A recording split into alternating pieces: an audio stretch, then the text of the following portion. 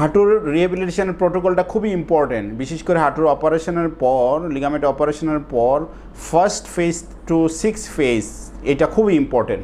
প্রিয় দর্শক, আসসালামু আলাইকুম। আপনারা এখানে দেখতে পাচ্ছেন একটা হাঁটুর একটা ডেমো দেখাচ্ছি।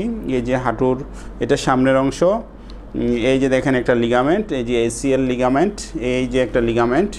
এই লিগামেন্টটা ইনজুরি হওয়ার পর অপারেশন করে, অপারেশনের পরে অনেকেই আসলে পোস্ট অপারেটিভ রিহ্যাবিলিটেশন প্রোটোকলে যেতে চান এবং করতে চান।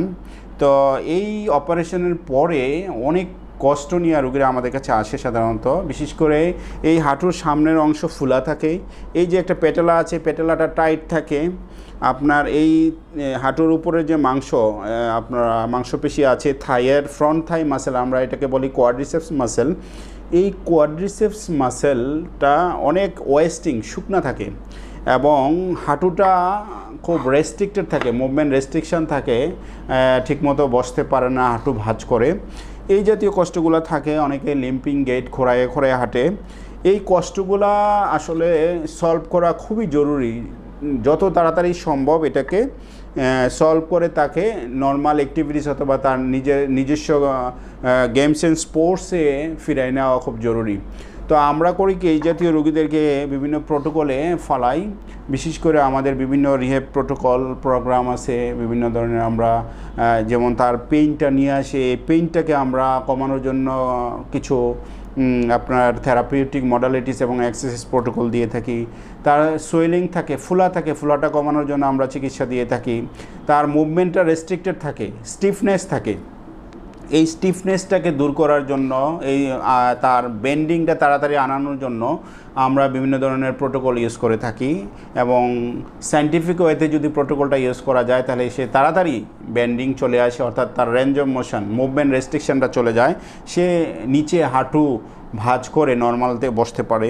এবং সবচেয়ে বেশি ইম্পর্টেন্ট হচ্ছে তার মাসেল পাওয়ার দুর্বল থাকে, মাসেলের শক্তি কমে যায়, অনেকের ক্ষেত্রে মাসেল ওয়েস্টিং থাকে, শুকনা থাকে। তো এগুলাকে আমরা গ্রেডেড রিহ্যাবিলিটেশন প্রোগ্রাম করে করে তাকে নিয়ে আসি ইনশাল্লাহ নর্মাল লাইফে।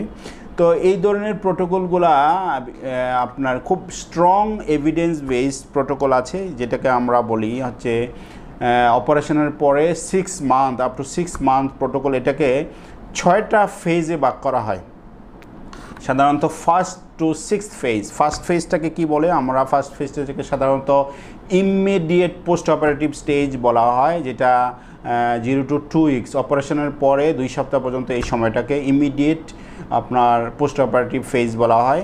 এবং সেকেন্ড ফেজটা হচ্ছে সাধারণত আমরা বলে থাকি, সেটাকে বলে ইন্টারমিডিয়েট পোস্ট অপারেটিভ ফেজ, যেটাকে আসলে টাইম ডিউরেশন দেওয়া হয় 3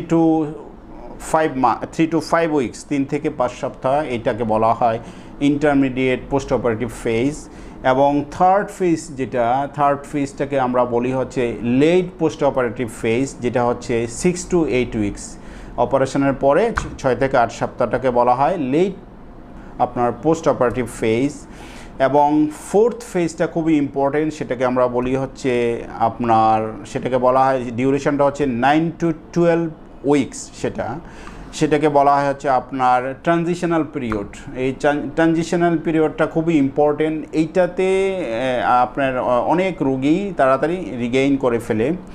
এবং ফিফথ ফেজ যেটা খুবই ইম্পর্টেন্ট, ফিফথ ফেজটা হচ্ছে 3 to 5 মান্থ, সেটা হচ্ছে আর্লি রিটার্ন টু স্পোর্টস। এই সময়ে কিন্তু তার নিজস্ব গেমস অ্যান্ড স্পোর্টসে সে রিটার্ন করা শুরু করে, অথবা তার বিভিন্ন জব অ্যাক্টিভিটিস যদি করে থাকে সে জব অ্যাক্টিভিটিসে আর্লি রিটার্ন করে যায় 3 to 5 মান্থসে। অ্যান্ড লাস্ট ফেজ যেটা 6th ফেজ, সেই ফেজটা হচ্ছে 6 মান্থস আফটার সার্জারি, যেটা পোস্ট অপারেটিভ টাইম, সেটাকে বলা হয় 6th ফেজ বা 6th স্টেজ। সেটা হচ্ছে আনরেস্ট্রিক্টেড রিটার্ন টু তার sports, unrestricted return to sports. তার মানে 6 মাস পর তার আর কোনো অ্যাক্টিভিটিস রেস্ট্রিকশান থাকে না, সে সব গেমস অ্যান্ড স্পোর্টস অ্যাক্টিভিটিস সব কিছু করতে পারে। শুধু যদি সে আপনার প্লেয়ার না হয়ে থাকে, স্পোর্টস পারসন না হয়ে থাকে, অন্য ব্যক্তি হয়ে থাকে, তাহলে তার সকল কাজকর্ম সে এই 6 মাসের পরে করতে পারবে, যদি সে এই রিহেব প্রোটোকলগুলো মেনটেন করতে পারে। প্রিয় দর্শক, আপনারা আমাদের এই ভিডিওটি দেখার জন্য আপনাদেরকে অসংখ্য ধন্যবাদ জানাচ্ছি। আল্লাহ আমাদের সকলকে ভালো রাখুক সেই কামনায় শেষ করছি। আল্লাহ হাফেজ। আসসালামু আলাইকুম রহমতুল্লাহ।